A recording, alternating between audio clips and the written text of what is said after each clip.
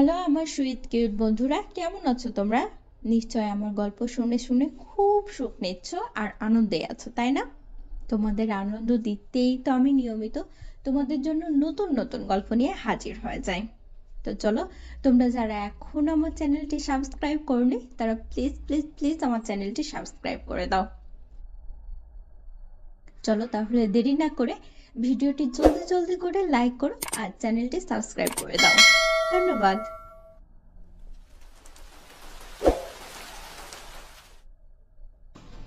আমি সোহিনী, ২৬ বছরের এক তরুণী, যার জীবন একেবারে সাধারণ ছিল।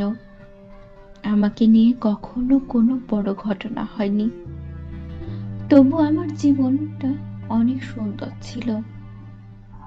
কিন্তু কিছু মানুষ, কিছু কিছু ঘটনা আমাদের জীবন বদলে দেয়।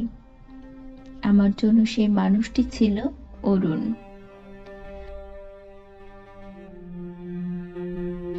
অরুণের সঙ্গে প্রথম দেখা হয়েছিল একটি সন্ধ্যায়। আমি তখন একটি বড় প্রতিষ্ঠানে মার্কেটিং ম্যানেজার হিসেবে কাজ করতাম। একদিন অফিসে একটি নতুন প্রজেক্ট আসলো। সেখানে আমার সঙ্গে যোগদান করতে হয়েছিল অরুণকে, যিনি ছিলেন সেই প্রজেক্টের প্রধান। প্রথম দিনই সে আমার তার অদ্ভুত অথচ আকর্ষণীয় দৃষ্টিতে মনোযোগ আকর্ষণ করেছিল।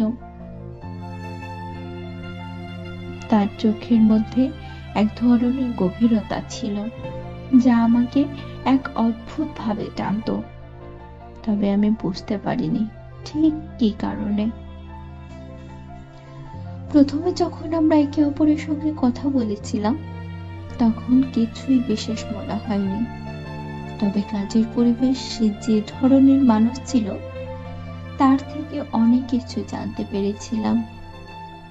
আমি তাকে আরো বেশি মনে রাখতে শুরু করলাম। তার কাজের প্রতি তার প্যাশন, তার মনোভাব, সবকিছু ছিল আমাকে আকর্ষণ করার মতো। কিন্তু অরুণের সাথে সম্পর্ক তৈরি করাটা ছিল বেশ কঠিন, কারণ তার মধ্যে ছিল একটা রহস্য, একটি আবেশ, যা কখনো পুরোপুরি বুঝতে পারিনি আমি। একদিন আমরা একটা কাজের জন্য রাতভর অফিসে বসেছিলাম। সেদিন রাতে আমাদের মধ্যে এক অদ্ভুত সংলাপ হয়। সে বলে, তুমি কি জানো সোহিনী, আমি খুব কম মানুষকে বিশ্বাস করি। আমি জিজ্ঞেস করেছিলাম, কেন? সে বলল, কারণ আমি জানি না মানুষ কখনো একে অপরের সাথে কেন পরিপূর্ণ হয়ে থাকে। তার কথা শুনে আমি বেশ কিছুক্ষণ চুপ ছিলাম। তার মধ্যে একটা রহস্য ছিল, যার গভীরে আমি কখনো পা দিতে পারিনি। কিন্তু তারপরও অরুণের প্রতি আমার অনুভূতি ক্রমেই বাড়তে শুরু করেছিল। একদিন হঠাৎ করে অরুণ আমাকে একটি ফোন কল করে বলেছিল, সোহিনী, আমার একটা খুব জরুরি কাজ আছে, আমাকে তোমার সাহায্য করতে হবে। আমি কিছুটা অবাক হয়ে বললাম, সে কি ব্যাপারে? তুমি তো সবসময় নিজের মতো করে কাজ করো, এমন কোনো জরুরি কাজ কেন? সে বলল, এটা তোমার জন্য খুবই গুরুত্বপূর্ণ, আমার সাথে এসো। অরুণ আমাকে একটি রহস্যময় স্থানে নিয়ে গিয়েছিল।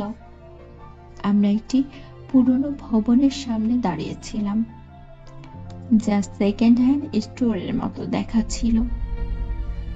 সেখানে এক অদ্ভুত বাতাস ছিল। আমি জিজ্ঞেস করেছিলাম, এটা কি?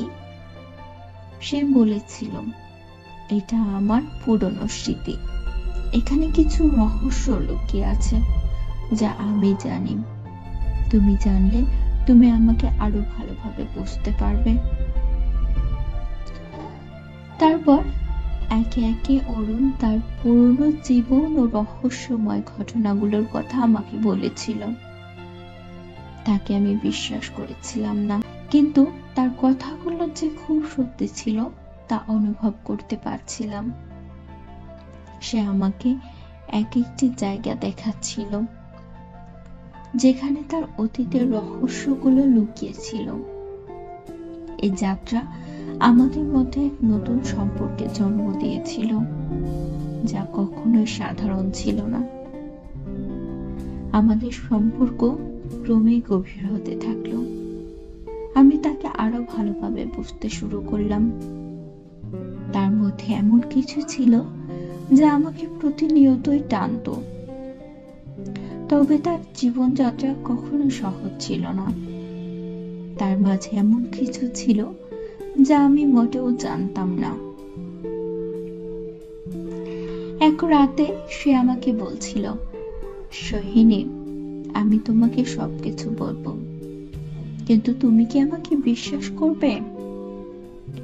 আমি সজাগ হয়ে বলেছিলাম, আমি তোমাকে পুরোপুরি বিশ্বাস করি অরুণ, তবে তুমি কেন এত কিছু বলছো আমাকে? সে বলল, কারণ আমি জানি তুমি আমার জীবনের অঙ্গ হয়ে উঠেছ। তারপর একদিন যখন আমি আর তরুণ একসাথে বসেছিলাম, তখন সে আমার কাছে এক মারাত্মক সত্যি প্রকাশ করেছিল। সে বলল, আমি তোমার প্রতি শুধু ভালোবাসা নয়, একটি ভয় অনুভব করি। আমি জিজ্ঞেস করলাম, কেন? সে বলল, কারণ আমি জানি না আমাদের সম্পর্ক শেষ হবে কখন। এই কথাগুলো আমার মনের গভীরে রেখাপাত করছিল। আমি বুঝতে পারছিলাম যে আমাদের মধ্যে এমন কিছু গভীর রহস্যময় সম্পর্ক তৈরি হচ্ছে, যা কখনোই সম্পূর্ণভাবে বুঝে ওঠা সম্ভব নয়। অরুণের রহস্যময় জীবন এবং আমাদের সম্পর্কের মধ্যে এক নতুন প্রেক্ষাপট তৈরি হচ্ছিল। আমরা একে অপরকে ভালোবাসতে থাকলেও আমাদের মধ্যে এক ধরনের উদ্বেগও ছিল। এক রাতে হঠাৎ এক অদ্ভুত ঘটনা ঘটল। অরুণ নিখোঁজ হয়ে গেল। আমি তখন জানতে পারলাম অরুণ অদৃশ্য হয়ে গেল। আমার মনে ভয় এবং উদ্বেগের ঝড় উঠেছিল। কিন্তু কি ঘটছে? সে কোথায় গেছে? কেন সে আমার সাথে কোনো যোগাযোগ রাখছে না? এইসব প্রশ্নে আমার মন ভরে গিয়েছিল। আমি নিজে অনুসন্ধান শুরু করলাম। অনেকদিন পর আমি একটি গুরুত্বপূর্ণ তথ্য পেয়ে গেলাম। তরুণের জীবনের মধ্যে এমন কিছু ঘটনা ছিল যা তার অতীতের এক অন্ধকার দিককে সামনে আনে। এটা ছিল আমাদের গল্পের এক গুরুত্বপূর্ণ মোড়, যেখানে প্রেম, রহস্য এবং থ্রিল একসঙ্গে মিশে গিয়েছিল।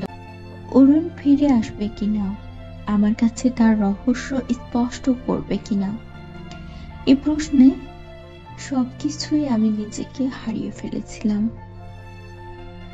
একদিন অরুণ ফিরল, কিন্তু সে যে পরিমাণ বিপদের মধ্যে ছিল তা আমি কখনোই কল্পনা করিনি।